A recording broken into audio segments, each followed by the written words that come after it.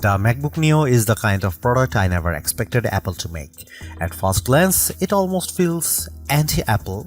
For years, the cheapest MacBooks have usually started at $999 aside from older models like the MacBook Air M1, which sometimes dropped as low as $699 during sales. But the MacBook Neo starts at just $599 for education users. That is a massive $500 less than the new MacBook Air M5. A price hike that should raise a lot of concerns, and honestly it does. But after spending time testing the MacBook Neo, I can say this clearly, it is the most complete laptop I have ever used under $600. It also beats every Windows laptop in its class, and it outclasses most Chromebooks too. For $599 you get a strong aluminum body, a bright and colorful 500 nit display, and a surprisingly fast A18 Pro chip that handles everyday tasks with ease. Web browsing, video playback, casual gaming, and day-to-day productivity all feel smooth. On top of that, the side speakers are far better than you would expect at this price. So what did Apple have to cut to make this happen? Where does the MacBook Neo stand in larger laptop market? And is it actually the right choice for you? Here is my full MacBook Neo review with the real pros and cons laid out clearly. The MacBook Neo is one of Apple's most interesting launches in years, and it arrives at an important time. With rising electronics costs, global memory shortages, traffics, and a general increase in living expenses, people are being forced to think harder before buying a new laptop. Apple is usually seen as a premium company that only makes expensive devices. That reputation is not entirely fair because products like Mac Mini M4 are among the best value computers you can buy. Still, the MacBook Neo is different. This is Apple entering the budget and mid-range laptop space in a serious way for the first time. That market is normally dominated by low-cost Chromebooks and affordable Windows 11 laptops, and now Apple is stepping into that fight on its own terms. And Apple is being very clear about one thing. The MacBook Neo is affordable, but it is not cheap in the bad sense. It is not a stripped down, weak or unpleasant MacBook.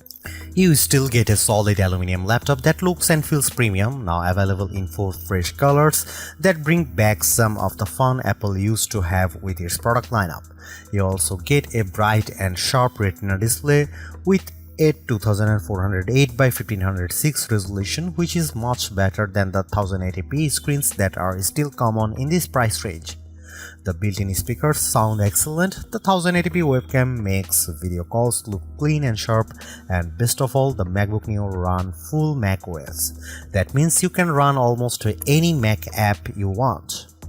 The only real concern is 8GB of unified memory, which can limit performance when you push multiple apps at once. Even so, for everyday tasks, I had no major problems using the machine, and that makes it especially appealing for students. The biggest surprise is still at the price. At $599, it is extremely hard to find a Windows laptop or Chromebook that matches the MacBook Neo in build quality, display quality, and overall performance. For students, the price can drop even further to $499, and at that point, it becomes a very easy recommendation. That said, there are compromises. The keyboard has no backlight, which makes it harder to use in dark rooms, and the 2 USB-C ports use older USB 3 and USB 2 technology instead of faster modern standards.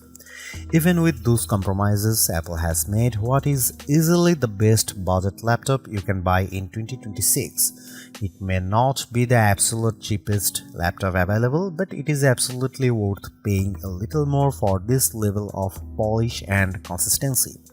Windows laptop makers and Chromebook makers have been put on notice.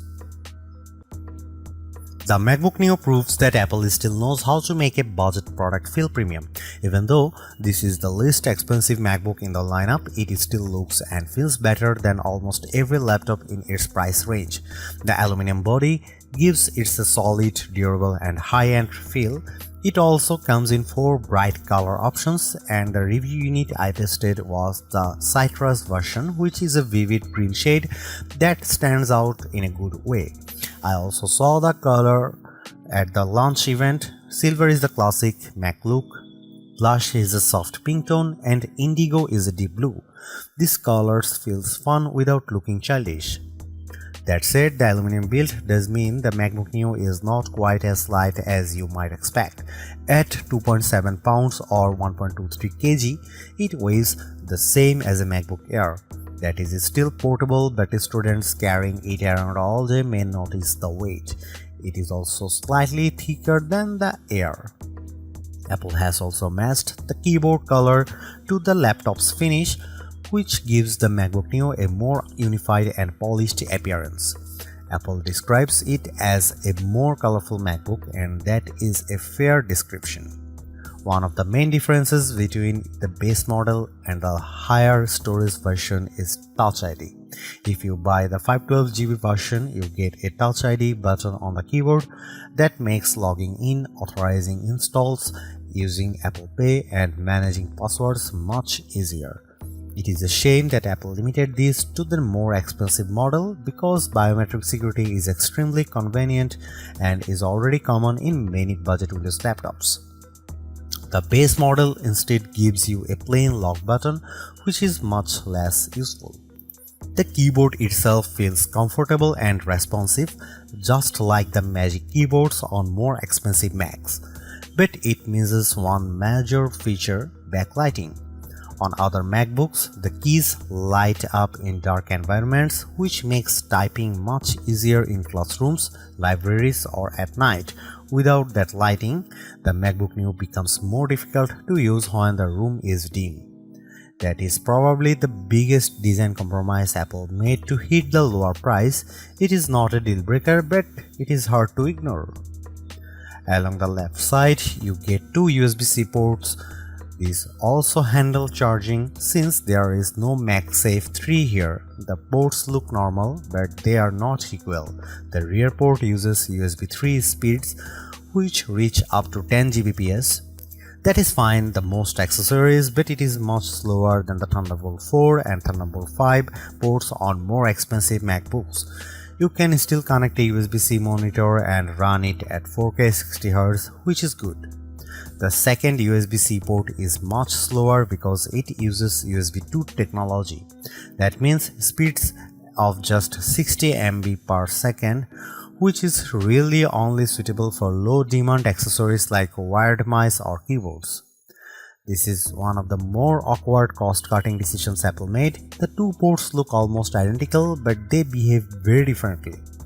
That could easily confuse people, especially when a flash drive suddenly transfers data much more slowly than expected.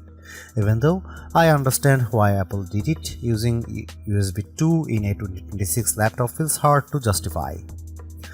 Still, the rest of the design averts that kind of disappointment. The aluminum chassis looks premium, the 13-inch screen is a strong choice for portability, and the display itself is one of the best parts of the MacBook Neo.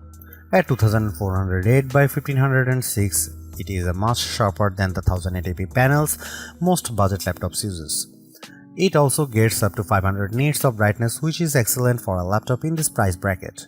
That brightness makes the screen easy to use outdoors or in bright rooms, while the color reproduction is vivid and rich thanks to support for 1 billion colors. For anyone who has used a cheap laptop with a dull, washed-out screen, the MacBook Neo's panel will feel like a major upgrade. It is one of the best budget laptop displays you can buy, and maybe the best of all. The only missing feature, of course, is touchscreen support, because this is still very much an Apple laptop. The MacBook Neo is the best budget laptop you can buy right now. It is true that Neo sits at the upper end of what many people would call budget, but the gap in quality between this and most Windows laptops or Chromebooks at the same price is huge. The design is premium, the display is excellent, the speakers are surprisingly strong, and the performance is more than good enough for day-to-day work. What impresses me most is that Apple did not cripple macOS just to hit a lower price. You still get the full Mac experience along with support for the broader Apple ecosystem that makes the Neo feel like a real MacBook, not a watered-down version. Yes, there are compromises. The USB-C setup is awkward, the keyboard has no backlight, and the 8GB memory limit is restrictive, but those issues are understandable in a laptop this affordable, even if they are still disappointing. At the end of the day, Apple has made a budget MacBook that actually feels worth buying. It is not the cheapest option on the market, but it is one of the smartest.